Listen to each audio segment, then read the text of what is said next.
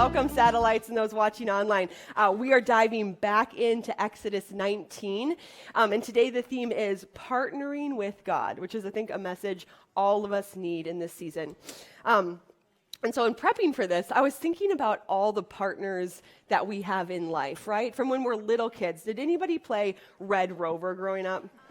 Oh my gosh, I cannot believe that that game is allowed. When I think about that, we used to play Red Rover, and we used to play it right by like a brick wall that I'm like, how is this allowed? So for those of you that haven't played, what Red Rover is you grab people's hands, and then you call somebody, like your little friend Julie. You say, Red Rover, send Julie on over, and Julie's got to try to bust through the arms. So I was a bigger child. I was a foot taller than the average person in my class.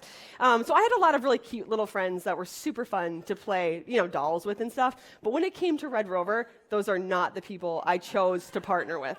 I always went for the boys in the class. I was like, find the biggest guy, you grab his hand, that creates a strong partnership. And when I found the guys, it was like, good luck. No one even tried to go through us because they're like, I'm not going to make that team.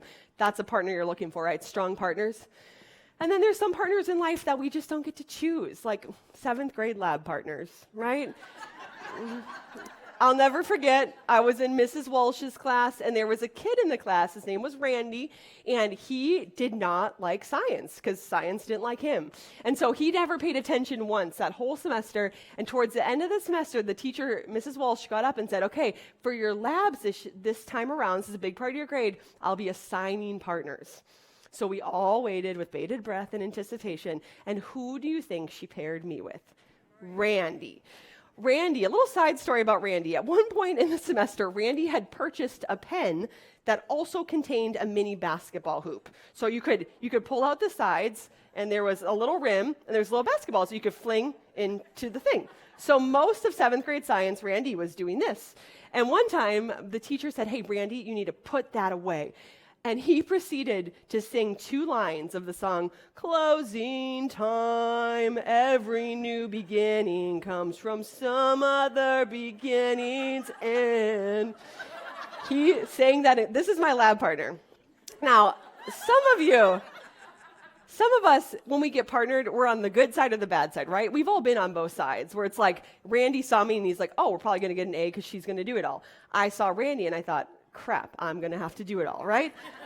Sometimes in life, we get partners that we don't choose, right?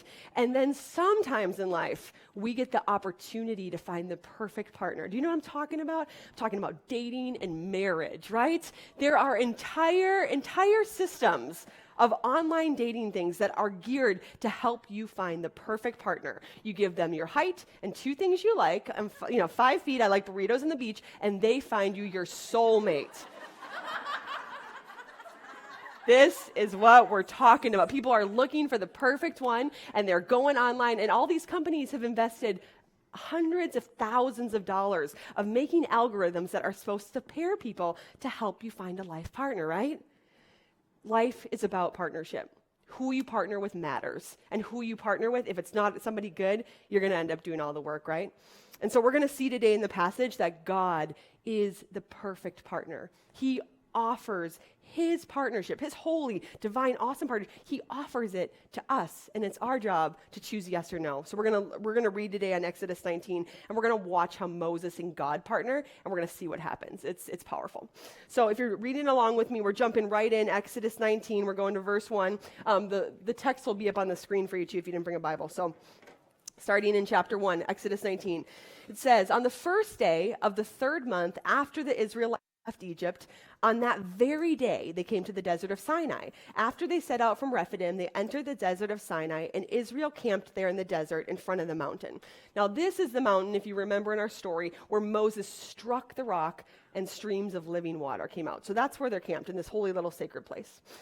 Verse 3, then Moses went up to God, and the Lord called to him from the mountain and said, this is what you are to say to the descendants of Jacob and what you are to tell the people of Israel. You yourselves have seen what I did to Egypt and how I carried you on eagle's wings and brought you to myself. Now, if you obey me fully and keep my covenant, then out of all the nations you will be my treasured possession. Although the whole earth is mine, you will be for me a kingdom of priests and a holy nation. These are the words you are to speak to the Israelites." So Moses went back and summoned the elders of the people and set before them all the words the Lord had commanded him to speak. The people all responded together, "We will do everything the Lord has said." So Moses brought their answer back to God. Verse 9, "The Lord said to Moses, I am going to come to you in a dense cloud so that the people will hear me speaking with you and will always put their trust in you." Then Moses told the Lord what the people had said. So our first point today, what makes God a perfect partner? He speaks to us. He speaks to us. In other religions, it's all about chasing a God that you don't know if he's out there or not. It's trying to get a God to respond to you. And here we have a God that speaks to us. So a little bit of guilty confession time. I'm not proud of this, but I've recently started watching The Bachelor. Now, I just want to make it really clear that I did not watch The Bachelor before coming to CA. This is a true story. I don't lie up here. So I come to CA, and a group of women are like, "Hey, we watched The Bachelor. Do you want to join?" And I thought, no, that's too much drama. It's too worldly. I'm holy. No, I said, sure, yeah, I'll watch it. I've never seen it. I'll watch it with you. So for those of you who don't know what The Bachelor is, they put 30 really cute little girls in a house, and they put one very attractive man. And the job is they all want to be his partner. So their job is to try to convince this guy to fall in love with them, right? So I was watching the show this week, and there is always a lot of drama. Like, we're talking tears, like, you're crying every episode because it's real. And anyways, it is real. So this last episode, there was tons of tears, and these girls, they go on the camera, and they explain the tears, right? And the thing that you hear over and over again is, I didn't get any time with him, and she took my time, and then she had all the time, right? They start crying because they didn't get time with Peter. Now, why is this a big deal? You're like, you're kind of like, grow up, get over it. It's a big deal because if they don't get time with Peter, they can't speak with him. And if they can't speak with him, he can't fall in love with them, right? This is why it matters that our Lord speaks to us.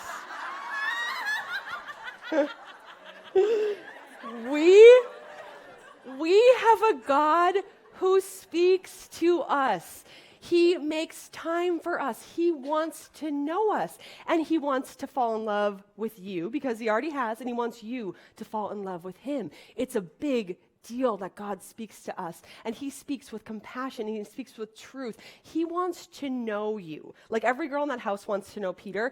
God has a ferocious energy to know you. And so we see in this text, he speaks to them. And what does he say? Let's look at what he says. The first thing he says is, "You yourselves have seen what I did to Egypt, how I carried you on eagle's wings and brought you to myself." He's pursuing them. He says, "You've seen everything I've done. You've seen the plagues. You've seen that I provided water, that I provided manna. I love you. I've done this for you. You've seen, don't take my word on it. Take my actions. You've seen everything I've done. And my goal is I've brought you to myself." He's winning them over. He's saying, I am for you. Look at what I've done. I will continue to do it. And then he lays out a conditional clause. And a conditional clause has an if and a then. So these are important in the Bible. He says, verse 5, "Now if you obey me fully and keep my covenant, then out of all the nations you will be my treasured possession." Because you see, in Israel at the time, they had a polytheistic society where they believed in lots of different gods, right? And what the Lord is saying is he's saying, I am the only one true God, and I'm inviting you to follow me. But what you need to do is if you follow me, you need to obey me fully. You can't obey these other gods part-time. I'm looking for you to enter into a covenant with me. I'm asking you to trust me that I am the only God. You've seen what I've done. I'm the only one. Now, if you obey me fully, and it will take full obedience, then you will be my treasured possession in all the earth, right? God's pointing out the kingdom of the world and his kingdom. And he's saying, I want you to join me. So if you obey me fully, then you'll be my treasured possession. And I've noticed that we do this a lot to God, right? We put a lot of conditional clauses on God. God, if you love me, then make this happen. God, if you actually care, I need you to show me and heal my friend. God, if you really are listening, give me a sign. God, if you're actually worth following, then you need to prove it, right? We put these conditions on God, and what God is saying is he's inviting them to his conditions. He's saying, I'm the boss, I'm the king, but I've taken care of you, and I'm going to continue to take care of you. In my own life, I've done this a lot where I have these deep desires of my heart, and they're not bad, but I can make them the ultimate sometimes. And so what I'll do is I'll say, Lord, will you bless this? Lord, will you bless me in this? Will you give me this? Would you help me with this? Hey, I need some stuff over here. Could you rain down on this? Will you bless my kingdom?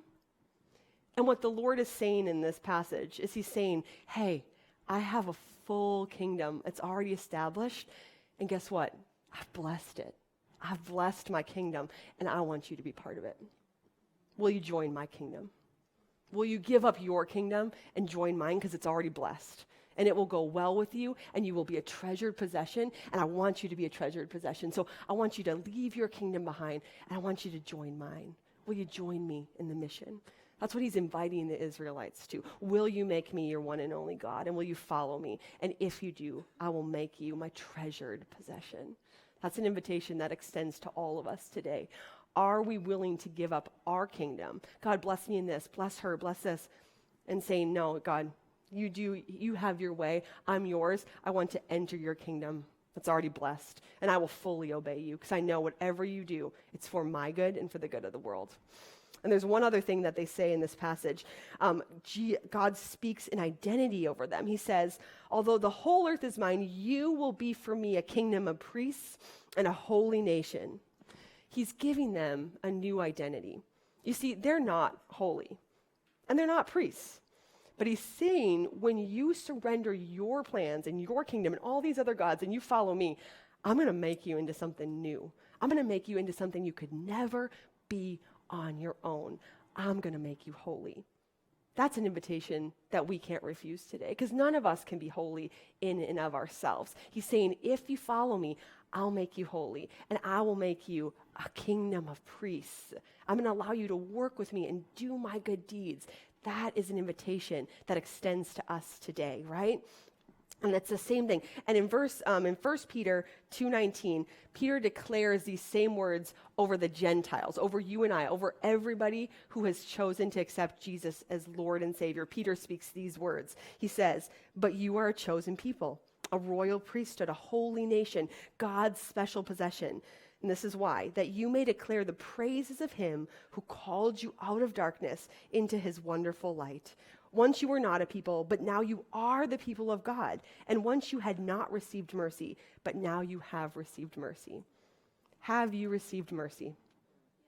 Have you received Jesus? Because when you receive Jesus, he makes you holy, he makes you his chosen possession, and he makes you favored among the people. Have you chosen Jesus? That's the first point today. God speaks to us. Let's continue on. We're going to jump to verse 10. And the Lord said to Moses, go to the people and consecrate them today and tomorrow. Have them wash their clothes and be ready by the third day, because on that day the Lord will come down on Mount Sinai in the sight of all people. Put limits for the people around the mountain and tell them, be careful that you do not approach the mountain or touch the foot of it. Whoever touches the mountain is to be put to death. They are to be stoned or shot with arrows. Not a hand is to be laid on them. No person or animal shall be permitted to live. Only when the ram's horn sounds a long blast may they approach the mountain. After Moses had gone down the mountain to the people, he consecrated them, and they washed their clothes. Then he said to the people, prepare yourselves for the third day. Abstain from sexual relations. So the second point that we see is God is the perfect partner because he warns us to protect us. He warns us to protect us. I was thinking a lot about warning labels, and they're all over the place. And for some reason, I get a little I don't know about you, it's a little American pride in me. Sometimes I'm like, I don't need a warning. I can figure it out on my own. So I was sitting in the hot tub the other day, I was reading the warning, and it says, warning, pregnant women are should not go in here for the condition of their health. And I thought, of all the women that deserve a tub, should not a woman who's creating life, who's got back problems, whose body is in pain, shouldn't she be the one that gets to deserve a little soak? Now, the warning company is not against pregnant women, and they're not against life. What they're for is they're pro-life, and they're saying, hey, We love pregnant women. We love that you're creating life. We want you to be so careful because that life inside you is so precious. So it might not be good for you to be in the hot tub. So we're going to put a warning up so that no harm comes to you. Warnings are for our good. They help us. They protect us. There's this new kind of phenomenon going on, the selfie phenomenon, and it happens that the Grand Canyon has had to instate new warning signs because so many people have died taking selfies. Isn't that so sad? They said on average, 12 people a year will fall into the Grand Canyon because they are trying to get their Instagram followers the shot that they want. So the whole park system had to put all these signs all over the place saying, don't take a selfie here, be careful, watch the ledge behind you. They've had to put up new fences. It's to protect the people, right? And I just think this is such a funny illustration to me, is that the reason we go to the Grand Canyon is to see the glory of the Lord. And what happens is when we turn that glory on us and make it about us, we miss the picture, right? It is about the Lord's glory. Those warnings are there for us. And some of you have heard about the McDonald's lawsuit that happened a long time ago in 1992. Cute little old lady, 79 years old, purchased a cup of coffee from McDonald's. And God bless the woman. She wanted cream in her coffee. I would maybe too. So she got the cup of coffee, she put it between her legs and ripped a creamer. And when she was ripping it, something happened. It shifted and the coffee spilled all over her. 3rd-degree burns. It ended up being a $3 million lawsuit against McDonald's, which resulted in them putting a warning on every cup of coffee they serve. Warning, caution, extremely hot. Warnings are there for our good. And sometimes we think when God puts rules on us or laws on us or warnings, we think that he's like a killjoy. Like, I'll drink hot coffee if I want. I'll go in the hot tub if I want. I'll take a selfie if I want, right? There's a little bit of pride in us. And in this passage, we're going to see God is not doing this to take away your joy. He's not doing this to be mean. He's not doing this, I don't want them to have any fun. He's doing this to protect us. And so this is what he says. He says, Go to the people and consecrate them today and tomorrow and make them holy. He says, wash your clothes and abstain from sexual relationships. He's saying, prepare yourself for my holiness. I need you to get your outside clean and I need you to get your inside clean because the glory of the Lord is coming down. And this is a holy God and we are unholy people. So Moses' job is to prepare the people. He says, consecrate yourself. Now this whole issue of washing the clothes, we look at it and we're like, no biggie, go do a load of wash, whatever. You have to remember that this is 2 to 3 million people in the desert with very limited access to water. So asking the entire Israelite community to wash their clothes was basically a 3-day procession. All the tribes, all families going to one little water source to make sure to scrub their clothes. So this was like a group project. Talk about partnership. It was like, you go first. You got more camels than I do. You need that more than I do, you know? They all had to go and wash their clothes because they had to prepare themselves for the Lord's coming because they weren't worthy to receive him. And God said, I need you to take some time to get ready for me. Are we taking time in our lives to get ready for God? Do we prepare? Do we clean? Do we abstain for stuff? Saying, I really want to see you. I want to hear from you. I'm going to move out other distractions. I'm going to purify myself so that when you come, I can see you in all your glory. And then God put some limits on them. Verse 12 says, put limits for the people around the mountain and tell them, be careful that you do not approach the mountain or touch the foot of it. Whoever touches the mountain is to be put to death. They are to be stoned or shot with arrows. Not a hand is to be laid on them. So this is the thing back in the day. Cleanliness, being clean, was a huge value of their community. So God, in his perfection, is perfectly clean, and he cannot touch the uncleansly. People, if they touch him, his power is all-consuming, and it will destroy them. And he says they need to be stoned or shot with an arrow. If somebody touched the glory of the Lord, they would be consumed, and they couldn't be touched by somebody else because they would be unclean. So they had to be shot or stoned so that nobody touched what they had done. This is God showing himself to be an all-consuming fire. Deuteronomy 4:24 says, for the Lord your God is a consuming fire. He's a jealous God. Sometimes we like to think of God as like a teddy bear, right? Like, oh, he's so sweet. He loves me so much. That is not. It's part of our God. He does love you. He loves you unconditionally. But your God is a fierce fire. He's an all-consuming fire. His power, his majesty, his holiness is something that we are not worthy to touch. So he puts limits on the people. He says, be careful. If they see my glory, they will have to be killed. If they touch the mountain where I am, they will need to die. God puts limits on us to protect us. And what he does is he instills a fear in them, right? Because this is a reality that you and I know, is that whatever we fear controls us. Whatever we fear controls us. If you're afraid of disappointing others, you will be forever a people pleaser. And if you're afraid of not having enough money, you'll either become a workaholic, you'll become a hoarder, you'll become selfish. If you're afraid of not being enough, you'll spend most of your life trying to prove yourself and prove your worth. And if you're afraid of being too much, you'll spend most of your life trying to calm it down, trying to tame it. What we fear has the ability to control us and to define what we do. And so God is making a statement that he is to be feared. Proverbs 1:7 says, the fear of the Lord is the beginning of knowledge. God showing them, I am worthy of your awe and your reverence and your fear. Because this is the thing, if what we fear, if that controls us, God's saying, I want you to fear me, because what will come out of you if you fear me is good. And what will come out of you if you fear evil is evil. Don't fear anything else but me, because you're going to see my glory and my power, and it's all-consuming. It's worthy to be in awe of and to respect the boundaries I put. He's teaching them how to be his people. He's teaching them limits. And so I just wonder, what are the limits in your life today that you're pushing? Has God given you any warnings? Have you had a sense that maybe you need to pull back on something or dive into something or hold your tongue on something? What are the warnings, these deep nudges, these little inklings that we get? Where is the Lord warning you today? Where are you potentially in danger of falling off the edge, even if you're doing something that's fun, that looks like it could be a good thing? Where are you almost caught in the pit? God warns us because he loves us, which makes him a great partner. The last section we're going to dive into is verse 16.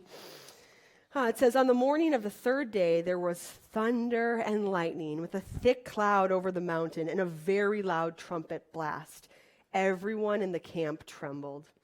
Then Moses led the people out of the camp to meet with God, and they stood at the foot of the mountain. Mount Sinai was covered with smoke because the Lord descended on it in fire. The smoke billowed up from it like smoke from a furnace, and the whole mountain trembled violently. And the sound of the trumpet grew louder and louder. Moses spoke, and the voice of God answered him. Verse 20, the Lord descended to the top of Mount Sinai and called Moses to the top of the mountain. So Moses went up, and the Lord said to him, go down and warn the people, so that they do not force their way through to see the Lord, and many of them perish. Even the priests who approach the Lord must consecrate themselves, or the Lord will break out against them. Moses said to the Lord, the people cannot come up Mount Sinai because you yourself warned us, put limits around the mountain and set it apart as holy. The Lord replied, go down and bring Aaron up with you, but the priests and the people must not force their way through to come up to the Lord, or he will break out against them. So Moses went down to the people and told them. And so our third point today is that God is a good partner because he comes down to us. He comes down to us. Now, I want you to think about a political leader, somebody that you respect, admire, and I just want you to think, have they ever come to you? Has Trump ever showed up at your door and said, hey, like, what can I do for you? Has any leader ever showed up and said, hey, I know you're busy, I know you got a lot, I know the kids and soccer and stuff, I'm going to come to you because this is a priority to me. God comes down to his people. He says, I see you, I love you, and I want you to know me. So he comes down, and this is where the red carpet began, right? This is no normal entrance. God shows up in all his glory.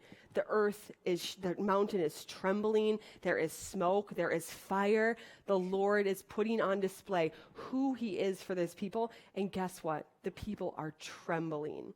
They're beholding the glory of a God that is so powerful the earth can't contain him. And they're holding it, and they're scared, and they're nervous. God is making a point that he is all-powerful, all-consuming and worthy to be feared and trusted. He's showing his people his glory because he's positioning them. He's about to give them the 10 Commandments. So he's showing them his power so that they know that he's the real deal and that they want to follow his law. And I just think of how different God's entrance and revealing himself to the people is, how different that mountain scene is than a little baby born in a manger to immigrant parents with no place to sleep. There was a period in my life when I got back from India that I had gone through a really, really hard breakup. And I had a friend, her name was Mary. She still is my friend. We had coffee this last weekend. And I was just reminded at how good the Lord was to me in that season by giving me my friend Mary, because it was a dark season. It was the first heartbreak I'd ever been through. And I thought a lot about that verse, guard your heart, because it's the wellspring of life. And boy, are our hearts sensitive. And it was a dark season of me just walking through the valley. And my friend Mary, she was so perfectly placed in my life at that season, because Mary didn't try to rush my process. She didn't say, hey, you're better than him. Get over him. You're fine. You're going to, let's go find somebody else for you. What she did is she came down with me, and she sat in the grief, and she walked for a long, multiple-month process of helping me come back into myself. Mary got in the pit with me. And if you have friends that do that for you, hold them close, because it is rare to find people that don't want to fix you, don't want you to move on, don't try to speed up your process, but that actually get down into the muck of life with you. This is what God did when he sent his one and only Son. In this scene, we see him powerful and mighty, but thousands of years later, we see him, God said, for I sent my one and only Son into the world, that whoever believes in him shall not perish but have life. And he sends his Son as a tender little baby. He sends his Son down to walk with us, to know what it feels like to be human. Earth is not an easy place to live. And God knows that. And he says, I want you to know that I'm with you and I'm for you. So I'm going to send my own Son down to experience what you experienced, to live in the pain that you've lived in, to feel the sting of rejection, to feel the despair of not having your plans met. And God sends his one and only Son into the earth. I love this verse in John 1. Verse 9 in the Message version, it says, Jesus came to his own people, but they didn't want him. But whoever did want him, whoever believed he was who he claimed to be and would do what he said, he made to be their true selves, their child of God selves. These are the God begotten, not blood begotten, not flesh begotten, not sex begotten, but God begotten. Jesus came down to us. He lived among us, and he took all that wrath of the mountain, all the smoke. Jesus touched the mountain. He took the penalty of death so that he could pass on God's holiness to us. What a gift that is, that we have a God who comes down to us. And we live in such a different time than the Israelites, who couldn't approach the mountain because they might be stoned or shot or killed. There's this verse in Hebrews that I love, which I think is the good news for us today that I just want to celebrate with us.